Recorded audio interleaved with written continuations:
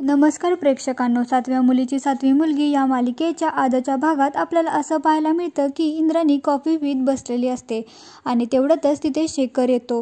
ते दोघेही एकमेकांच्या समोर आल्यानंतर फिंगर क्रॉस करतात. त्यामुळे त्या दोघांनाही समजतं की हे प्रतिबिंब नाही. मग शेखर इंद्राणीला सांगू लागतो की जो हा विरोचक आत्तापर्यंत दिवस रात्र जागा असायचा, सतत अस्वस्थ असायचा, तो काल रात्री शांतपणे झोपला होता. विरोचकाला कोणतंही टेन्शन नव्हतं. जेव्हा आपण निश्चिंत असतो ना, तेव्हा कसं वागतो तसं विरोचक वागत होता आणि त्याला कोणतंही टेन्शन नव्हतं. त्यामुळेच मला आता टेन्शन येत आहे, कारण यामागे नक्कीच काहीतरी मोठं असणार, नक्कीच काहीतरी घडलं असणार. तर इंद्राणी म्हणते, हो शेखर, नक्कीच काहीतरी घडतं आहे, पण आपल्याला ते कळत नाही. त्यांचं हे बोलणं सुरू असताना नेत्रा त्या ठिकाणी येते. ती सुद्धा फिंगर क्रॉस करते. त्यामुळे इंद्राणी विचारते की काय झालं नेत्रा. नेत्रा आनंदाने तिला सांगते की आत्या आणि बाबा, मला दिव्याईचा शुभसंकेत मिळाला आहे. मी आत्ताच देवघरात पूजा करत होते तेव्हा तिथे कुंकवाची लहान पावलं उमटली आहेत. दिव्याने शुभसंकेत दिला आहे. हे ऐकून इंद्राणी आणि शेखरला सुद्धा खूपच आनंद होतो. नेत्रा आनंदाने इंद्राणीला मिठी मारते आणि म्हणते, आत्या, दिव्याईने सांगितलं आहे, काळजी करण्याचं काहीही कारण नाही. माझं बाळ सुखरूप आहे. मी उगाचच टेन्शन घेत आहे. त्यावरती इंद्राणी म्हणते, हो नेत्रा, आता तू कोणतीही काळजी करू नकोस, सगळं काही ठीक होईल. मग नेत्रा सगळ्यांसाठी नाश्ता बनवायला जाते. तर शेखर इंद्राणीला म्हणतो, नेत्राला इतकं आनंदात बघून खूप छान वाटते. म्हणूनच मी मुद्दाम सांगितलं नाही की विरोचकाचा काय चाललं आहे ते. तिचा विषय काढला नाही, नाहीतर तिला टेन्शन आलं असतं. त्यावरती ती म्हणते, बरोबर आहे, मात्र नेत्रा युद्धातील मुख्य आहे, त्यामुळे तिला आपल्याला सगळं सांगावं लागेल. सगळ्या गोष्टी तिला कानावर घातल्या पाहिजेत. शेखर म्हणतो, हो. दुसरीकडे सीन बदलतो. अद्वैत डॉक्टरांसोबत फोनवरती बोलत असतो आणि त्यांचं बोलणं सुरू असताना रुपाली तिथे येते. त्यामुळे अद्वैत फोन ठेवून देतो. रुपाली हसतच अद्वैतला विचारत असते, काय झालं आधी, तुला कशाचं टेन्शन आहे का. आणि मग ती स्वतःच म्हणते, हो, विरोचक तुमच्या आयुष्यात असताना तुम्हाला विरोचकाशिवाय दुसरं कशाचं टेन्शन असणार आहे. मग ती बेडवरती जाऊन बसते. अद्वैतला बाळाबद्दल विचारू लागते. ती म्हणत असते, नेत्राचं बाळ ठीक आहे ना. त्यावरती अद्वैत काहीच बोलत नाही. काय झालं आहे का काय, त्यावरती तो खूपच चिडतो. तो तिला तिथून जायला सांगत असतो. रुपाली म्हणते, आधी एवढा का चिडचिड करतोयस तू. मी फक्त बाळाबद्दल विचारतीये ना, त्याच्या तब्येतीबद्दल विचारतीये ना, चौकशी करते ना. तर तो तिला मात्र ओरडतो आणि तिला तिथून निघून जायला सांगतो. पण रुपाली त्याचं ऐकत नसते. ती त्याला चिडवत असते आणि म्हणत असते, मी असं ऐकले की तुझं प्रतिबिंब आणि नेत्रा खूपच रोमॅन्टिक झाले होते. आणि हे ऐकूनच अद्वैतला खूपच राग येतो. तो तिच्या अंगावरती धावून जातो. तिचा हात पकडून तिला बाहेर काढण्याचा प्रयत्न करतो. मात्र रुपाली अद्वैतवर हल्ला करते आणि त्याला खाली पाडते. ती म्हणत असते, त्रेतायुगात तू माझ्यासोबत गद्दारी केली आहेस, त्या त्रिनयनेला जाऊन मिळाला आहेस, त्यामुळे माझा पराभव झाला आहे. ही गोष्ट मी विसरलेली नाहीये. त्या त्रिनयनेच्या लेकींसोबत मी तुझा पण जीव घेणार आहे, एवढं लक्षात ठेव. तू सुटण्याचा कितीही प्रयत्न करत आहेस, पण मी तुला सोडणार नाहीये. पण तेवढ्यातच तिथे नेत्रा येते आणि हे पाहून रुपालीला ती ढकलून देते आणि अद्वैतला सोडवते. या प्रकारामुळे ती खूपच चिडलेली असते. रुपालीला सांगते, हे बघ, अजून तुझा वध होण्यासाठी 6 महिने बाकी आहेत. या 6 महिन्यात जर तू साहेबांना स्पर्श जरी केलास ना, तरी याद राख. ती तिच्या हाताला धरून बाहेर काढते. अद्वैत खूप घाबरलेला असतो.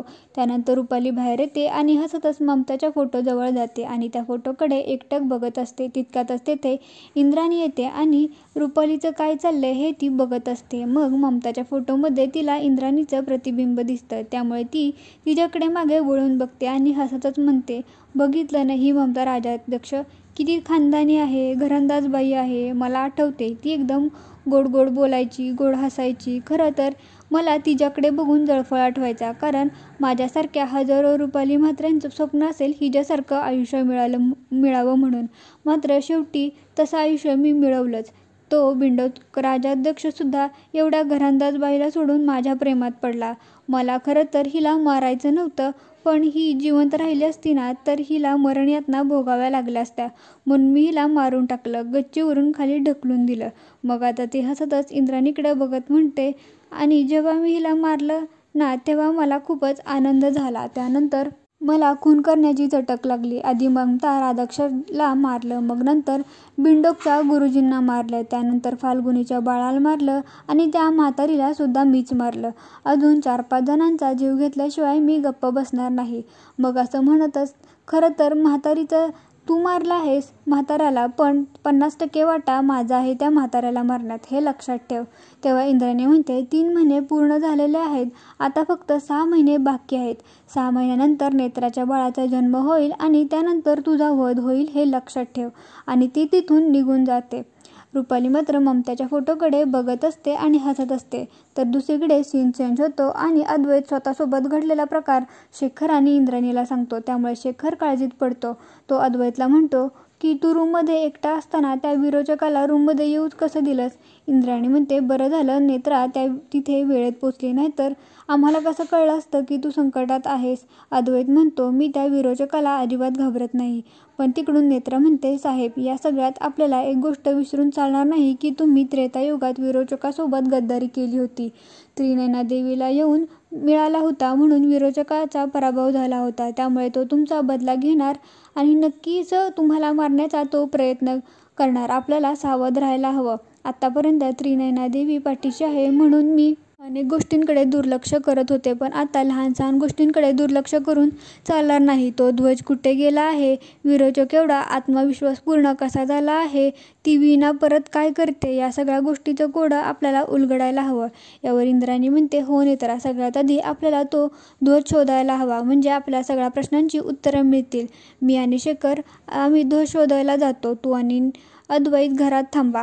त्यावरती ते दोघेही हो म्हणतात. त्यानंतर नेत्रा, अद्वैत, केतकी नाश्ता करण्यासाठी बसलेले असतात. मात्र नेत्राने नाश्ता बनवल्यामुळे केतकी तिच्यावरती खूपच चिडलेली असते. ती म्हणते की तुला किती वेळा सांगितलं की किचनमध्ये फक्त तू खाण्यासाठी यायचंस, काम करण्यासाठी नाही. त्यावरती नेत्रा हसत म्हणते, यापुढे मी लक्षात ठेवेन, नाही करणार काम, आणि नाश्ता करायला सांगते. तेवढ्यातच तिथे रुपाली येते आणि नेत्राने बनवलेले पोहे बघते आणि म्हणते की जरी तू मला अजिबात आवडत नसलीस ना, पण तुझ्या हातचा स्वयंपाक मला खूपच आवडतो. आणि मग ती स्वतःच्या हाताने पोहे घेते आणि खायला सुरुवात करते. तेवढ्यातच तिथे फाल्गुनी येते. ती फिंगर क्रॉस केल्यामुळे सगळ्यांना समजतं की ते प्रतिबिंब नाही.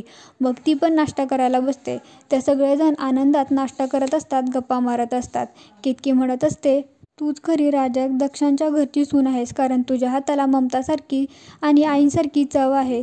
सगळ्यांना आनंदात बघून रुपालीचा फारच जळफळाट होत असतो. ती चिडते आणि अद्वैतला विचारते, आधी बाळा तुला जास्त लागलं तर नाही ना? खरं तर मगाशी तुला तुझा जीवच घ्यायचा होता, पण जाऊ दे म्हटलं. आणि तिचं बोलणं ऐकून केतकी, फाल्गुनी खूपच घाबरून जातात.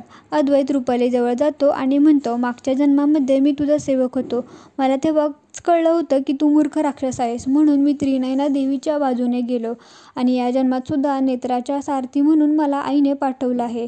मला तिने जन्म दिला आहे, म्हणजे माझा मृत्यू तिनेच निश्चित केला आहे. त्यामुळे मला तू सांगायची गरज नाही आहे. हा अमावस्या आणि पौर्णिमेचा खेळ आहे. अमावस्यानंतर पौर्णिमा येते, हे लक्षात ठेव. आजचा दिवस तुझा होता, पण उद्याचा दिवस तुझा नसेल. त्यावरती रुपाली हसत म्हणते, खरं बोललास तू. हा अमावस्या आणि पौर्णिमेचा खेळ आहे, मात्र अमावस्या पौर्णिमेला गिळून टाकणार. त्यानंतर ती तिथून निघून जाते. नंतर अद्वैतला एक क्लिनिकमधून कॉल येतो. तो जे काही तिकडून ऐकतो त्यानंतर त्याला धक्काच बसतो. तो डॉक्टरांना त्यानंतर सतत कॉल करत असतो, पण डॉक्टर कॉल उचलत नाहीत.